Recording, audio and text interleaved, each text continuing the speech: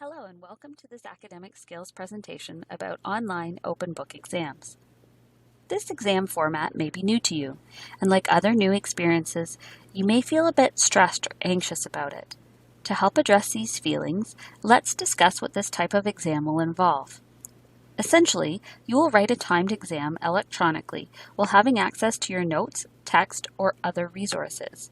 Although you have access to these materials, academic integrity still applies, and you must complete the exam individually. In terms of content, these exams generally require higher order thinking and include synthesis, analysis, and application questions rather than recall ones.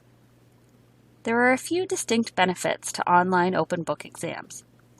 Firstly, this type of exam simulates conditions that you may experience daily in the working world. For example, many jobs require you to apply theoretical knowledge to a real situation, and you're expected to do this relatively quickly. Secondly, because you are typing your responses on a computer, and many students type faster than they write by hand, it might make it easier for you to focus on the concepts you are discussing rather than your penmanship. In addition, you can use word processing software to help check grammar and spelling. Lastly, this is an opportunity to demonstrate to your instructor that you have a deep understanding of the course content. However, since your instructor knows you have access to your notes and text, they will likely ask more involved questions, and you won't have time to look everything up. To help with this, prepare in advance a system to organize your course materials and take some time to study. As part of your preparations, make sure you understand your instructor's expectation for the exam and the exam structure. For example, find out information like, when will you have access to the exam? How much time do you have to write the exam? Do you need to complete the exam in one chunk, or can you take a break and come back to it later? In addition, check in with your instructor to determine what types of questions will be on the exam, what materials are you allowed to consult, and how can you ask for clarification if you need to once you've started writing. It might also be helpful to know in advance if you need to cite sources using a specific format. Next, think about the big picture objectives or major themes and topics covered in the course. You can find this information on your syllabus, or think about some of the most important readings that your instructor emphasized. This will help you figure out how you want to organize your course materials. There are many ways in which you can organize your course materials, such as study charts, tree diagrams, concept maps, reference or equation sheets, and so on. Regardless of the method you choose, consider organizing your notes based on the way the course is organized.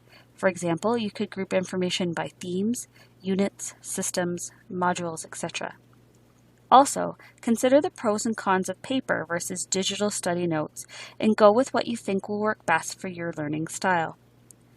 Once you've prepared your study notes, take some time to review the material using active study strategies. For example, you could make a practice exam to try, or you could discuss and teach course concepts to your classmates and friends. After you've taken time to study, solidify a plan or a system to find information quickly during the exam. For example, you could color code your study notes and mark important pages in your readings with labels. If you have digital notes, you could use highlighter tools and insert comments in key areas so that you just jump to those sections. Once it is time for exam time, there are a few other things to think about. One of the most important considerations is to try to determine how much time you should spend on each question based on the total time allotted for the exam. It is also tempting to skim through the questions to spend more time working on your answers, but take the time to highlight or underline key words in the questions to make sure you fully understand what you are supposed to be doing and can respond more effectively. Finally, since this is an online exam, make sure your technology is working properly. Consult with an IT service desk staff member if you need to, and check out this link for technical tips from Student Accessibility Services. Feel free to also contact us at Academic Skills if you would like to discuss study strategies in more detail. We would love to hear from you, and we wish you all the best on your online open book exams.